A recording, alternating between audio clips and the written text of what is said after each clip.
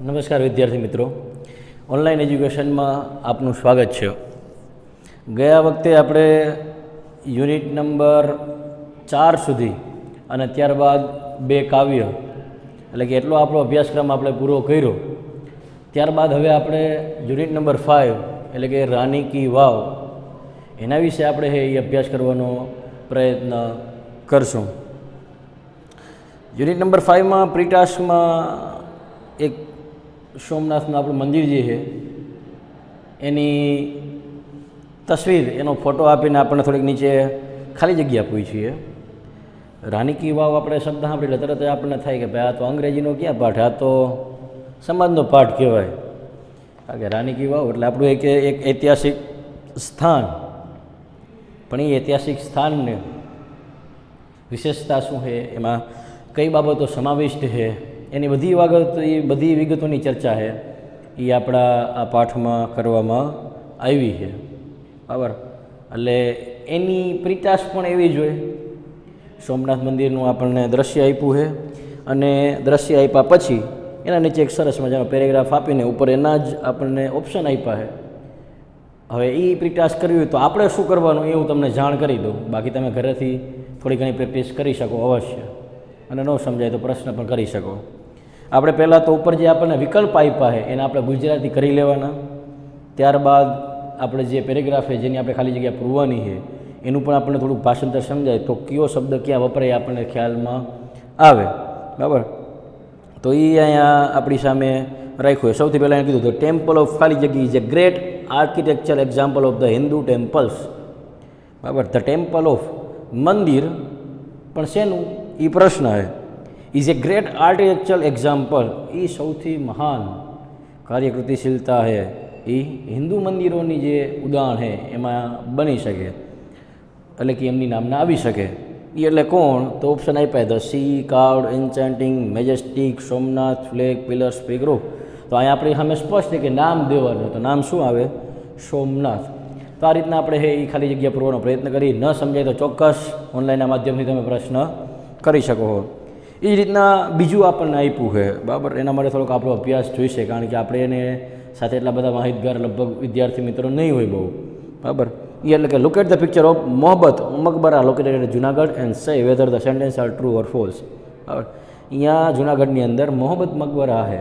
જેમ હિન્દુઓનું મંદિર હોય એમ મુસ્લિમ જે ભાઈઓ છે આપણા એમની મસ્જિદ હોય, તો એમની મસ્જિદની પણ પોતાની એક અલગ વિશેષતા હોય. જેમ આપણા હિન્દુ મંદિરોની અલગ અલગ વિશેષતા હોય એમ બરાબર આપણે કેમ શિખર હોય, ગુંબજ હોય, એમ એને પણ પોતાનો એ અલગ અલગ શબ્દ પોતાના માટે વપરાય એમની મસ્જિદને ધ્યાનમાં રાખીને પર્ટિક્યુલર. તો એ બાબતને ધ્યાનમાં રાખીને આપણી સામે છે એ ખરા ખોટા આપ્યા છે, પણ એના પહેલાં આપણી પાસે મોહબ્બત મકબરાની એ થોડી ઘણી માહિતી હોવી જોઈએ, અને ત્યારબાદ આપણે એ 6 આપણને જે ખરા ખોટા આપ્યા એ આપણે પૂરા કરી શકીએ. એના પછી આપણને આપ્યું state which of these should be done or should not be done while visiting a historical monument. બરાબર, આ એક થોડુંક આપણે ખાસ સમજવા જેવું ખરું કે ભાઈ state which of these should be done, કહો કે આમાંથી આપણે શું કરવું જોઈએ અને શું ન કરવું જોઈએ. ક્યારે? While visiting a historical monument, જ્યારે તમે કોઈ ઐતિહાસિક મોન્યુમેન્ટ એટલે સ્મારક, મોન્યુમેન્ટ એટલે સ્મારકની દ્રષ્ટિએ, એટલે એને કીધું કે ઐતિહાસિક સ્મારકની જ્યારે તમે મુલાકાત લેતા હોય તો ત્યારે તમારે શું કરવું જોઈએ અને શું ન કરવું જોઈએ આપણી સામે એને પ્રશ્ન રાખ્યો છે. Write yes or no at the end of the sentence, હા કે ના વાક્યની અંતે આપણને કોષ્ટક આપ્યું છે, એમાં તમારે પોતે લખવાનું છે. આ થોડુંક તમને હું સમજાવી દઉં. બરાબર, આમાં ખરેખર ગુજરાતી કરીને છે, પણ આટલે સમજ જરૂરી છે કે આપણે પોતાના મંતવ્ય હોઈ શકે. આમાં આપણા મંતવ્ય ન ચાલે, જે છે તે ફેક્ટ આપણે સ્વીકારવું જોઈએ. સૌથી પહેલું એમાં use flash light if dark inside. બરાબર, એટલે કે ફ્લેશ લાઇટ છે એનો ઉપયોગ કરવાનો ક્યારે? ઇફ ડાર્ક ઇનસાઇડ, એટલે કે આપણે જ્યાં ગયા અહીંયા અંદરની બાજુ જઈએ ત્યારે અંધારું હોય તો ફ્લેશ લાઇટ કરવાની. ઘણા બધા કહે છે હા કરવાની સાહેબ, અંધારામાં ક્યાંક ભટકાય તો, અને ઘણા બધા કહે છે સાહેબ ન કરાય. બરાબર, એનું એ કારણ પણ આપે કે સર બને ત્યાં સુધી અંધારું હોય અને એમાં ચાલવાનું હોય. જો લાંબુ અંધારું હોય તો અહીંયા આપણે આપણા માટે લાઇટની સુવિધા કરી જ દે. બરાબર, કારણ કે ખબર છે કે લોકો ભયભીત છે, તો એ બને ત્યાં સુધી લાઇટની સુવિધા કરી જ દે. પણ બને ત્યાં સુધી શા માટે નહીં કરવાની? તો કે ભાઈ ફ્લેશના કારણે કોઈ અંદર કોઈ અંદર પક્ષી અચાનક ઉડે એના હિસાબે અહીંયા જેના અહીંયા લોકો ભયભીત થઈ જાય ને આફડા દોડવા માંડે તો ઘણી બધી તકલીફ ઊભી થઈ શકે. નોર્મલી કદાચ ફ્લેશ લાઇટ કરવાથી એમાં કંઈ નવીન નથી થઈ જતું, પણ બને ત્યાં સુધી ફ્લેશ લાઇટનો ઉપયોગ અંધારાની અંદર પણ ન કરવાનો. એનું કારણ કે બને ત્યાં સુધી અંધારું હોય ત્યાં આપણે વ્યવસ્થા પૂરી પાડવામાં જ આવી હોય, છતાં આપણે જરૂરિયાત પડે એવી સ્થિતિ હોય તો આપણે આપણા ગાઈડને ચોક્કસ પૂછી લઈએ કે અમે અહીંયા ફ્લેશ લાઇટ કરી કંઈ વાંધો નહીં ને, બરાબર. તો આપણા માટે શ્રેષ્ઠ બાબત એ છે, એટલે કે બને ત્યાં સુધી ફ્લેશ લાઇટનો ઉપયોગ ન કરવો જોઈએ. એટલે ખરેખર આપણે એમાં વિચારીને શું લખવું જોઈએ? આપણે વિચારી લેવાનું, touch the carving, feel it અને એન્જોય ઇટ. બરાબર. સૌથી મોટો આપણા બધાનો શોખ ઐતિહાસિક સ્મારકો, એટલે આપણે બીજું કંઈ અહીંયા પૂજીએ નહીં, પણ શું કરી કાર્વિંગ, જે કોતરણી કામ કર્યું છે એને આપણે શું કહીએ આમ સ્પર્શ કરે, એમ કેવું લાગે, લીસું એ ખરબચડું એમ, બરાબર. એ રીતના ફીલ ઇટ, એનો અનુભવ લઈ અને આનંદ પણ માણી. વાહ વાહ વાહ વાહ, શું આમાં મળતા જાય ને બધે થોડોક આનંદ લેતા જાય ને, આવું આપણું જનરલી હોય. તો એ ખરેખર કરવું જોઈએ? ન કરવું જોઈએ. સાચી બાબત છે વિદ્યાર્થી મિત્રો. શા માટે ન કરવું જોઈએ?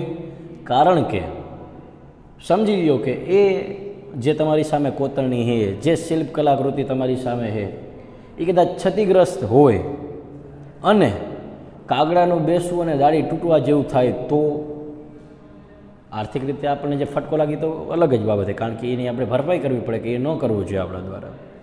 પણ સમજી લો કે એ ન છતાં પણ આપણે આપણા પાછળના જે આપણી ભવિષ્યની પેઢી છે એ જે કલાકૃતિ જોઈ શકવાની હતી આપણી કારણે નહીં જોઈ શકે. ક્ષતિગ્રસ્ત હોઈ શકે ક્યારે, અને ક્યારેક થાય એવું કે આપણે અડી ત્યારે જ પડે, તો એના કરતાં આપણે દૂરથી ઊભા રહીને એના સૌંદર્યને, એની જે કલાકૃતિ એને અનુભવવાનો પ્રયત્ન કરી તો એમાં કોઈ પ્રશ્ન ન આવે. જરૂરી નહીં કે આમ અડીવા જઈ તો જ અનુભવ થાય, એને ન અડી તો પણ આપણને સારામાં સારી રીતે આપણે એનો આનંદ માણી શકીએ. એટલે ખરેખર એમાં પણ શું આવે? નો મેકિંગ નોઇઝીસ. આપણે બધાને બહુ પ્રિય જે બાબત છે એ અવાજ, ઘોંઘાટ કરવાનો. ઘણા બધા કહે છે સાહેબ પ્રવાસમાં ગયા હોય અથવા આવી રીતના ફરવા ગયા હોય, અહીંયા હોળીઓ ન બોલાવ્યો હોય તો પ્રવાસની મજા શું? પણ શું આવા ઐતિહાસિક સ્થાન આવે અહીંયા પણ હોળીઓ બોલાવવાનો ખરો? અંધારું જોઈને આપણે શું અહીંયા પણ હે એ રાળ પાડવાની ખરી? તો ખરેખર વિદ્યાર્થી મિત્રો કહેશે કે ભાઈ સર તમે એ તો અમને દબાણ કર્યું કહેવાય. દબાણ નહીં, ખરેખર અહીંયા જઈને આપણે અવાજ ન કરવો જોઈએ. જો કે આપણે કોઈ પણ જગ્યાએ વગર કામનો ઘોંઘાટ કરીએ એટલે આપણે અંતે આપણા જ સંસ્કાર પ્રગટ કરીએ, એમાં આપણી જ કદાચ વેલ્યુ હોય થોડી ઘણી, તો એને જ તકલીફ પડે છે. બીજા કોઈને એમાં કાંઈ પ્રશ્ન નથી આવતો. એટલે ખરેખર ઐતિહાસિક સ્થાન જ્યાં છે, ઇમારતો છે, જઈ પણ જગ્યાએ આપણે ફરવા જઈએ, મુલાકાત લેવા જઈએ, તો એ સમયે ખરેખર આપણે એ બાબતનું ધ્યાન રાખવું જોઈએ કે આપણે અહીંયા અવાજ કરીએ નહીં. એના પછી to record your visit, carve your name only on the corner stone. To record your visit, તમે અહીંયા મુલાકાત લીધી છે એની નોંધણી કરવા માટે કાર્વ યોર નેમ, તમે તમારું નામ કોતરી નાખવાનું તમારે. ક્યાં? ઓન ધ કોર્નર સ્ટોન, ખૂણામાં એક પથ્થરો પડ્યો છે, અહીંયા જઈને પોતાનું નામ આપણે કોતરી નાખવાનું. કરવું જોઈએ વિદ્યાર્થી મિત્રો આપણે? તો કહે છે ના. શા માટે ન કરવું જોઈએ? કાલે સવારે મિલનભાઈ લખે, મિલનભાઈ લખી લે એટલે એના પછી છગનભાઈ લખે, છગનભાઈ લખી લીધું એટલે મગનભાઈ લખે, પછી બેચરભાઈ લખે, પછી નિલેશભાઈ લખે, સંદીપભાઈ લખે. આ બધા વારાફરતી વારા પોતપોતાના નામ લખી નાખે, બરાબર. એમાંય વળી જે પોતાના નામને ફેન્સી સ્ટાઇલમાં લખી શકતી હોય તો એ ફેન્સી સ્ટાઇલમાં લખે. તો મિલન સાહેબે લખ્યું એટલે શું આ ફેન્સી સ્ટાઇલમાં શું શૈલેષ સાહેબે લખવાનું, શું મિતેશ સાહેબે લખવાનું? કહેવાનો મતલબ શું છે કે બધાય વારાફરતી વાળા નામ લખવાનું ચાલુ કરી દે તો પછી અહીંયા એકેય પથ્થરો વધે નહીં કે જ્યાં કોતરણી ન જોવા મળે. અહીંયા મિલન સાહેબે કરી હોય ને, મિતેશ સાહેબે કરી હોય ને, મનીષ સાહેબે કરી હોય ને, કેતન સાહેબે કરી, બધાય કોતરણી કરવા માંડે તો એમ ન હાલે. તો એના હિસાબે ઐતિહાસિક સ્થાનમાં ક્યારેય કાંઈ પણ પોતાની નોંધણી કરવાની આવશ્યકતા નહીં. હા, તમને ક્યાંય એડવાઇસ બુક પ્રોવાઈડ કરવામાં આવી કે ભાઈ તમે આખી સ્થળની મુલાકાત લઈ લો, પછી તમે તારે એડવાઇસ બુકમાં જઈને તમારે એડવાઇસ કંઈ દેવી હોય અથવા તો કોઈ પણ બાબતની ટિપ્પણી કરવી હોય તો તમને છૂટ છે. અને એમાં જઈને તમે લખો તો વસ્તુ લાગે કે ભાઈ ફલાણા ભાઈ અમે મુલાકાત લેવા આવ્યા નો, અહીંયા ખરેખર આપણા નામની નોંધણી ન કરવાની હોય, પણ પણ ત્યાં આપણે કંઈ કદાચ સલાહ દેવી તો દઈ શકીએ, પણ આવા ખોટા નામ તો ક્યાંય કોતરવાના હોય નહીં. અને આપણે આ નામ કોતરવાની આદતથી આપણને ખબર છે કે આપણા કેટલાય સ્થાનો છે, કેટલાય સ્મારકો છે, એમાં એમની જે શોભા છે એ આપણે જ વીખી નાખીએ. શું કામ? તો કે આવા જ નામો હોય આપણે લખીને, તો એ આપણાથી ક્યારેય થવું જોઈએ નહીં. એના પછી કીપ ધ પ્લેસ ક્લીન. સ્થળ છે એને કેવું રાખવાનું? ચોખ્ખું રાખવાનું. બરાબર, ચોખ્ખું રાખવાનું. એટલે શા માટે ચોખ્ખું રાખવાનું એની અંદર કીધું ખાસ તો આપણા બધાની એક નોર્મલી એક કુટેવ જે આપણે ગણી શકીએ એવી કુટેવ આપણી હોય. એ કુટેવ એટલે કઈ? તો કે ખાઈને પછી ગમે અહીંયા વેફરનું પડીકું ખાધું તો વેફરની કોથળી રજડે, થમ્સઅપની બોટલ પીધે તો બોટલ રજડે. આપણે કોઈ કચરા ટોપલીની રાહ જોતા નથી. એ ખરેખર આપણી સૌથી મોટી ભૂલ છે. આપણે એવું ન જ કરવું જોઈએ. કચરા ટોપલીની રાહ જોતા નથી એ પછીનો પ્રશ્ન છે, પણ આપણે કદાચ કચરા ટોપલી હોય તો પણ આપણે એમાં નાખવાની, આપણી ભાષામાં કેવું હોય તો તકલીફ લેતા નથી. બરાબર, કારણ કે આપણે મન ફાવે અહીંયા કચરોમાં નાખવા માટે પ્રયત્ન કરતા હોય, તો એ ખરેખર આપણી એક બેદરકારી કહેવાય. તો આ રીતના શું આપણે સ્વચ્છ સ્થળ છે એને સ્વચ્છ રાખવું જોઈએ કે અસ્વચ્છ કરી નાખવું જોઈએ? રાખવું જોઈએ. અને ત્યારે જ રહી શકે જ્યારે આપણે પોતે સમજી કે આ રીતના મન ફાવે અહીંયા કચરો કરી નહીં. એટલે કીપ ધ પ્લેસ ક્લીન, ખાચું હે ભાઈ, આપણે એક સ્વચ્છ સ્થળ રાખવું જોઈએ. એના પછી લિસન ટુ ધ ગાઈડ કેરફુલ્લી. જે માર્ગદર્શક આપણા છે એને આપણે ધ્યાનપૂર્વક સાંભળવા જ જોઈએ એવું આપણે કહી શકીએ.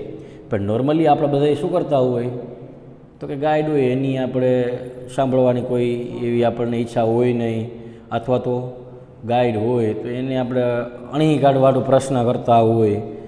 જાણવાની જિજ્ઞાસા માટે પ્રશ્ન હોય તો સારામાં સારી બાબત છે, પણ એમની અણી કેમ નીકળે, એ બોલતો કેમ બંધ થઈ જાય? બરાબર, કારણ કે અમને ફોટા પાડવાની ઉતાવળ હોય ને તમે અહીંયા જાયમાં હો, બંધ થાવ તો ફોટા પાડવા જઈએ ને. સામાન્યતઃ આપણે ઐતિહાસિક સ્થળની મુલાકાત શા માટે લઈએ? તો આપણને ખરેખર એનો ઇતિહાસ જાણવાની કોઈ અપેક્ષા નથી, ઈચ્છા પણ નથી. આપણે નોર્મલી શેના માટે જઈએ? એટલે કદાચ હું કહીશ અંતમાં કે આપણું ખરેખર ઐતિહાસિક સ્થળે જવું એ કેવું છે. બરાબર, એટલે ખરેખર અહીંયા જે માર્ગદર્શક આવતા હોય એને સાંભળો, ઇતિહાસને જાણો.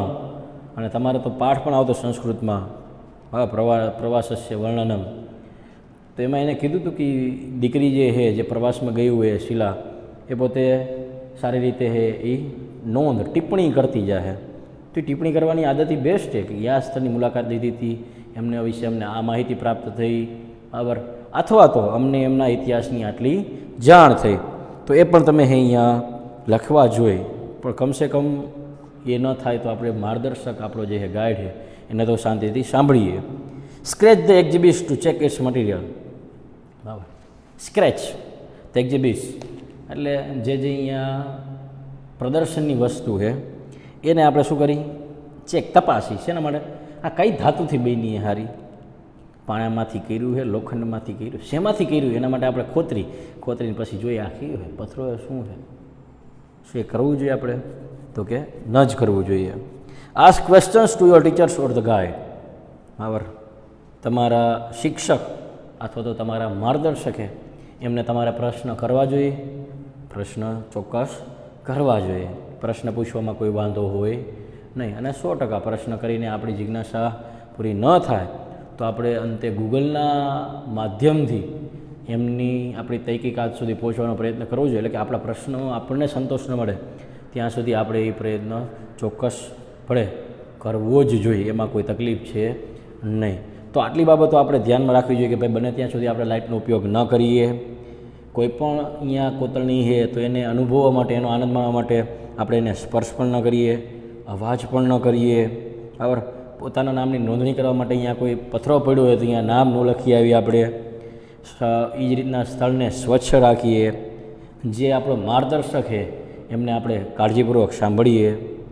એ જ રીતના અહીંયા જે છે પ્રદર્શનની વસ્તુ એનું મટીરિયલ શું છે એ જાણવા માટે એને આપણે ખોટી છતી પણ ન કરીએ. અને આપણા જે શિક્ષક છે અથવા તો આપણા માર્ગદર્શક છે એમને આપણે પ્રશ્ન પૂછીને જાણવાનો પ્રયત્ન કરીએ. ખરેખર તો વિદ્યાર્થી મિત્રો આપણો પ્રશ્ન અહીંયા છે કે આપણે એ કોઈપણ સ્તરે જઈએ તો શેના માટે જઈએ સામાન્યતઃ? તો આપણા બધાનો એક જ જવાબ હોય કે સાહેબ આનંદ કરવા માટે અથવા તો સર ફોટા પાડવા માટે. અને ફોટા પણ આપણે જબરદસ્ત બરાબર ખડી દંડી લઈને, ખડી દંડી એટલે ઓલી આપણી ભાષામાં કહેવું તો સેલ્ફી સ્ટિક, એ ખડી દંડી લઈને જ્યાં આવે અહીંયા આમ ટચક ટચક ટચક એક જ જગ્યાના હાથ આપણા ફોટા હોય. એમાં આપણે ક્યારેક બિલાડાનું મોઢું કરતા હોય, ક્યારેક વાંદરીજો મોઢું કરતા હોય. એટલે પોઝ છે આ બધા આપણા, એમાં ખોટું નહીં લગાડવું. પણ કહેવાનો મતલબ શું, સામાન્યતઃ આપણે આના માટે જ જતા હોય. પણ ફરવું એ ખરેખર એક અલગ બાબત છે અને મુલાકાત લેવી આ ખરેખર અલગ બાબત છે. અને અંગ્રેજીમાં બંને માટે અલગ શબ્દ છે. ટુ વેન્ડર એટલે રખડવું બરાબર, અને એની સામે વિઝિટ મુલાકાત લેવી. મુલાકાત લેવાની તો એમાં સિન્સિયરિટી થોડીક જોઈએ, થોડીક ગંભીરતા આપણી હારે જોઈએ બરાબર. મુલાકાત જે સ્તરની લઈ એની માહિતી આપણે પ્રાપ્ત કરીને જવા જોઈએ. ખાલી અહીંયા ફરવા ગયા એમ ન હાલે. એટલે જ આ વિદ્યાર્થી મિત્રો આપણો પ્રવાસ જે હોય છે એમાં ખરેખર એવા સ્થળ બને ત્યાં સુધી રાખવામાં આવે જેમાં આપણે ઘણા બધા આપણા ઇતિહાસના ઐતિહાસિક સ્થાન એના વિશે થોડીક સમજૂતી પ્રાપ્ત કરી શકીએ. અને આ પાઠ એટલે જ આપ્યો હોય કે ભાઈ ઐતિહાસિક સ્થાનની ઘણી બધી બાબતો હોય જે આપણે અહીંયા જઈ છતાં પણ આપણે જાણવાનો પ્રયત્ન કરતા નથી, અને ખરેખર ખોટી બાબત છે. એમ ન થાય એ બાબતની આપણે કાળજી રાખીએ એટલા માટે આપણને પાઠ આપ્યો હોય. એટલે ખરેખર હવે પછી જ્યારે પણ આપણે પ્રવાસમાં જઈ તે સમયે આપણે કમસે કમ એ બાબતનું ધ્યાન રાખી કે આપણે એ કેવળ ફક્ત ફરવા માટે ન જતાં આપણે મુલાકાત માટે જઈએ અને એમના વિશે થોડો ઘણો આપણે એ સમજૂતી પ્રાપ્ત કરવાનો, એનો ઇતિહાસ જાણવાનો પ્રયત્ન આપણે બધાએ કરીએ. નમસ્કાર વિદ્યાર્થી મિત્રો, હવે આપણે થોડોક લોંગ રાઇટિંગ તરફ વળીએ. ગત વખતે આપણે એ જોયું હતું કે ભાઈ લોંગ રાઇટિંગના આપણા ટોપિક કેટલા હોય બરાબર. એમાં આપણે અમુક બાબત જોઈ હતી કે ભાઈ હવે આપણી સામે પેરેગ્રાફ રાઇટિંગ છે એ આવવાનું છે. ત્યારબાદ આપણી સામે પિક્ચર ડિસ્ક્રિપ્શન છે,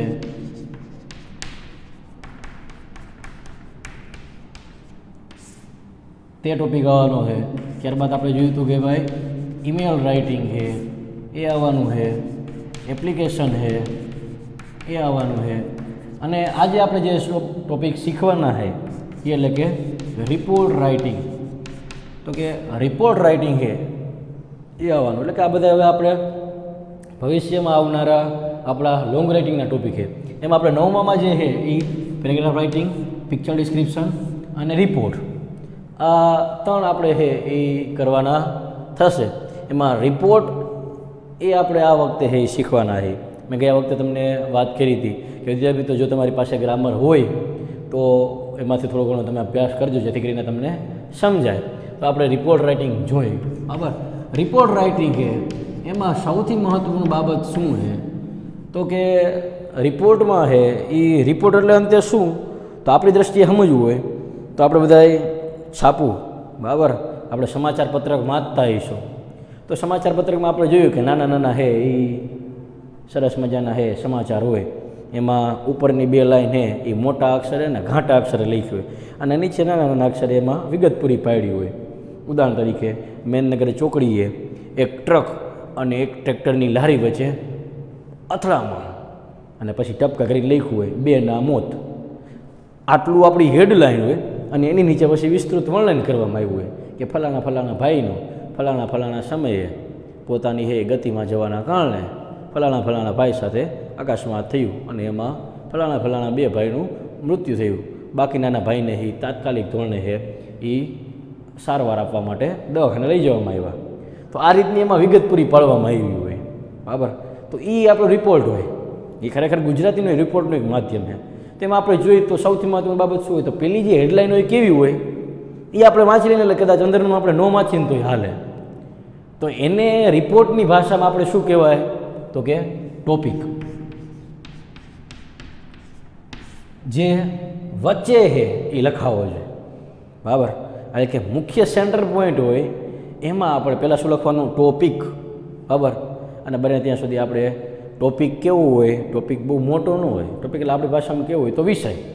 વિષયનું નામ મોટું ન હોય હું ઘણીવાર કહું તમને, બરાબર. વિજ્ઞાન તો વિજ્ઞાન જ આપણે લખી અહીંયા, એમ નથી લખતા કે વિશિષ્ટ જ્ઞાન જેમાંથી આપણને પ્રાપ્ત થાય છે એવો અભ્યાસ કરાવનારો એકમાત્ર વિષય. આવું આપણે લાંબુ નામ લખી ના, આપણે શું લખીએ ખાલી વિજ્ઞાન. એમાં આપણે સમજાઈ ગયું કે આ વિશિષ્ટ જ્ઞાન આપશે. એમ ટોપિક ક્યારેય મોટો ન હોય, એટલે કે સીધી ભાષામાં એ જે નામ આપણે સિલેક્ટ કરી એ નામ હંમેશા કેવું હોય તો કે નાનું જ હોય. તો અહીંયા ટોપિક જે છે એ આપણે પહેલાં લખવાનો હોય ને એ ટોપિક હંમેશા કેવું હોય તો કે નાનું. પછી આપણે એકાદ ઉદાહરણ પણ જોઈ કઈ રીતના હોય. તો વચ્ચે ટોપિક લખવાનો, એના પછી જે ઘટના બની છે એ કઈ તારીખે બની છે તો એ તમારે રાઇટ હેન્ડ સાઈડ, બરાબર, ડેટ. પણ ડેટ લખવાની પદ્ધતિ કઈ તો કે પહેલાં તારીખ, બરાબર, અને એના પછી મહિનો, 7th જાન્યુઆરી 2013, બરાબર.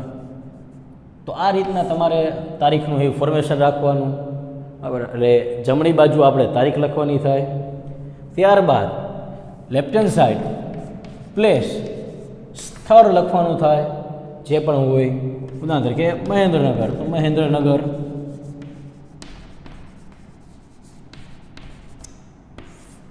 બરાબર. તો જમણી આપણે લેફ્ટ હેન્ડ સાઈડ આ રીતના છે, ડાબી બાજુ છે એ સ્થળ લખ્યું. વિદ્યાર્થી મિત્રો, પ્રયોગ એવો પણ છે કે ભાઈ સ્થળની લખવાની જરૂરિયાત નથી રહેતી, એ જ્યારે નીચેની વિગતો લખે એમાં જ લખી નાખે, એટલે કે મહેન્દ્રનગર એમ કરીને અહીંથી એ પોતાનો પેરેગ્રાફ લખવાનું ચાલુ કરી દે. તો આ રીતના પણ ઘણી બધી પ્રોસેસ છે. પણ મુખ્ય 3 બાબતો એ રિપોર્ટમાં આપણે ધ્યાનમાં રાખવાની હોય છે. કઈ 3 બાબતો? તો આપણે કીધું કે ટોપિક, એટલે ટોપિકનું મુખ્ય જે નામ છે એ આપણે ધ્યાનમાં રાખવાનું. ત્યારબાદ ડેટ, એટલે કે જે તારીખ હોય એ આપણે રાઇટ હેન્ડ સાઈડ લખીને આપણે ધ્યાનમાં રાખવાની. અને લેફ્ટ હેન્ડ સાઈડમાં મહેન્દ્રનગર, એટલે કે પ્લેસ, સ્થળ થયું એનું આપણે ધ્યાન રાખવાનું. બીજી વસ્તુ, હવે જે બાબત લખવાનું, ઉદાહરણ તરીકે સમજી લો કે ભાઈ આ રીતના એક્સિડન્ટ થયું છે, બરાબર. તો આપણે એને શું નામ આપી તો કહેવાય એ ટેરિબલ એક્સિડન્ટ, ભયંકર અકસ્માત, બરાબર. ટોપિકનું નામ આપ્યું. એ રીતના સમજી લો કે રિપોર્ટ એટલે એવું નહીં કે ભાઈ આવું કોઈ ઘટના બની હોય તો પણ હોય. તમે ઘણી બધી વાર કોઈ જગ્યાએ વિઝિટ, બરાબર, મુલાકાત લેવા ગયા તો એનો પણ તમે રિપોર્ટ કરવાનો હોય. ઉદાહરણ તરીકે તમે સમજી લો પ્રાણી સંગ્રહાલયની મુલાકાત લેવા ગયા તો ટોપિકનું નામ શું રાખશો? Visit to a zoo. Railway station તો visit to a railway station. એ રીતના કોઈ ઉત્સવ છે એનો રિપોર્ટ લખવાનો હોય તો ઉદાહરણ તરીકે આપણે 26મી જાન્યુઆરી હોય તો આપણે શું લખીએ? ધ રિપબ્લિક ડે, બરાબર. તો ટોપિકનું નામ એવું. એના નીચેની જે આપણે વિગત છે એ ખરેખર એ બાબતમાં આપણે ખાસ કાળજી રાખવાની છે. નીચેની વિગતો હોય એમાં આપણે આખા કાર્યક્રમની ઝલક આપી દેવાની છે. એટલે કે જે પણ ઘટના બની છે, અકસ્માત થયો હોય તો અકસ્માતની દ્રષ્ટિએ જે પણ એમ છે જેનાથી લોકોને પૂરી જાણ થઈ જાય ઓછા શબ્દમાં, એ આપણો પ્રયત્ન હોય. સમજી લ્યો કે આપણે કોઈ મુલાકાત લેવા ગયા હોય, બરાબર, કોઈ સ્થળની. ઉદાહરણ તરીકે આપણે સમજી લઈએ કે visit to a railway station.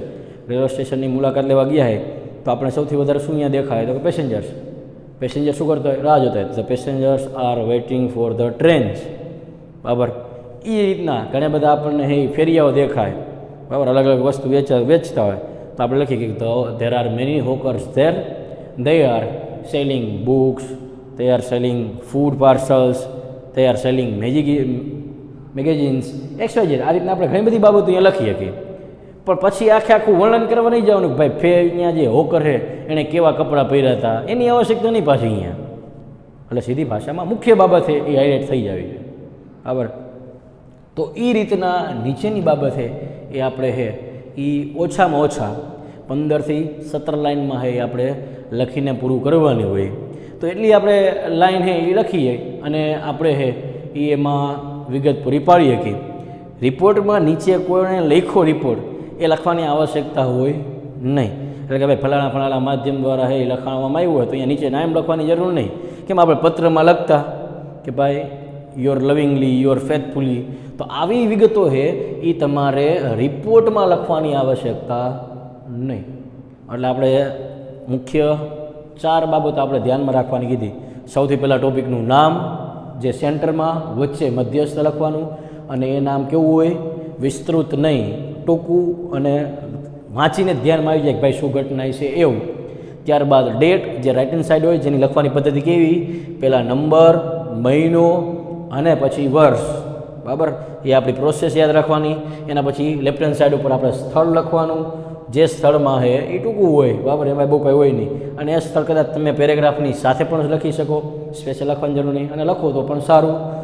જે આપણે રિપોર્ટની માહિતી પૂરી પાડી એ માહિતીમાં આપણે વધારે છે એ મરી મસાલા નહીં ઉમેરવાના, એવી જ વિગતો લખવાની કે જેનાથી આપણો ટોપિક છે એની ઝાંખી ઝલક, એટલે કે આપણી જે પણ ઘટના બની છે, જે પણ આપણો પ્રસંગ બન્યો છે એની ઝલક એમાં આવી જાય એવા જ વાક્ય છે બને ત્યાં સુધી વાપરવાના. બીજું એક વિદ્યાર્થી મિત્રો, રિપોર્ટ રાઇટિંગમાં જેમ જેમ આપણે આગળ જતા જઈએ એમ એક પ્રેક્ટિસ પડવાની હોય કે સામાન્ય રીતે નોર્મલી આપણે શું લખતા હોય બધા, તો કે એક્ટિવ સેન્ટેન્સ લખતા હોય, એટલે કે ટેન્સના વાક્યોનો ઉપયોગ કરતા હોય. પણ ધીમે ધીમે આપણે છે એ પેસિવ વોઇસના વાક્યો છે વાપરવાનો પ્રયત્ન કરવાનો હોય, કારણ કે રિપોર્ટ રાઇટિંગની ખાસિયત, મહત્વતા એ છે કે તમે વધુમાં વધુ છે એ પેસિવ વોઇસના વાક્યોનો ઉપયોગ કરો. તો એ છે બાબત આપણે ધ્યાનમાં રાખવાની. ભલે એક્ટિવ પેસિવનો ટોપિક જે આપણે હાલ્યો નથી, પણ હાલી જાય એટલે આપણે એ બાબતોની ખાસ કાળજી રાખવાની થાય. અને ત્યાર પછી જ્યારે રિપોર્ટ લખવાનો થાય ત્યારે એ વિગતો આપણે ધ્યાનમાં રાખવાની. તો આ આપણું રિપોર્ટ, એના વિશેનું આપણે સ્ટ્રક્ચર સમજ્યા. જો આ રિપોર્ટની બાબતમાં તમને કોઈ પ્રશ્ન હોય તો ચોક્કસ ઓનલાઈનના માધ્યમથી તમે પ્રશ્ન કરી શકો છો.